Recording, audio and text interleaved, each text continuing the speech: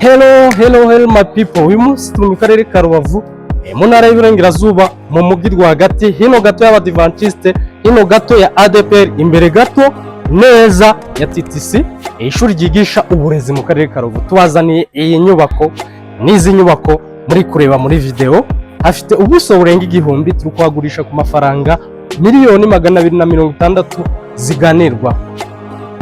Ahantu ni heza ku buryo ushobora kwashora bigakunda. Murabona ko ari kuri kaburimbo kandi ni ahantu heza hinjiza amafaranga atari munsi ya miliyoni 1.5. Kugira mugera aha hantu rero mwaduhamagara kuri 08 300 8755. Video yose mwayisanga kuri YouTube yitwa Gisenyi Komisiyoneri, hanyuma mugakomeza mukaryoherwa n'amakuru tubagezaho ku gihe.